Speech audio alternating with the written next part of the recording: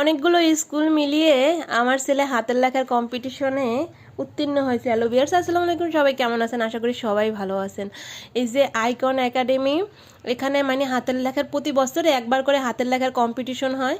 এখানে অনেকগুলো স্কুল মিলিয়ে, যেমন মণিপুর, বিকারুন্নেসা, আপনারা তো এইসব স্কুলের অনেকেই হয়তো বা নাম শুনছেন, মণিপুর, বিকারুন্নেসা, বশিরউদ্দিন, মডেল একাডেমি, তার এরকম মানে সব স্কুল মিলিয়ে মানে এরকম একটা হাতের লেখার মানে উন্মুক্ত, আপনারা যে যে নাম দিতে চায় দিতে পারে। এই যে সেখানে উত্তীর্ণ হয়েছে, এই যে আমার ছেলেটা দেখেন হাতের লেখার কম্পিটিশনে উত্তীর্ণ হয়েছে। ও গেল বছরও ভালো রেজাল্ট করেছিল হাতের লেখার কম্পিটিশনে, এই বছর আল্লাহর রহমতে ভালো রেজাল্ট করেছে। আপনাদের সব এই জন্য আজকে সারাদিন আমি অনেকটা ব্যস্ত ছিলাম, এই স্কুলের প্রোগ্রামে ছিলাম।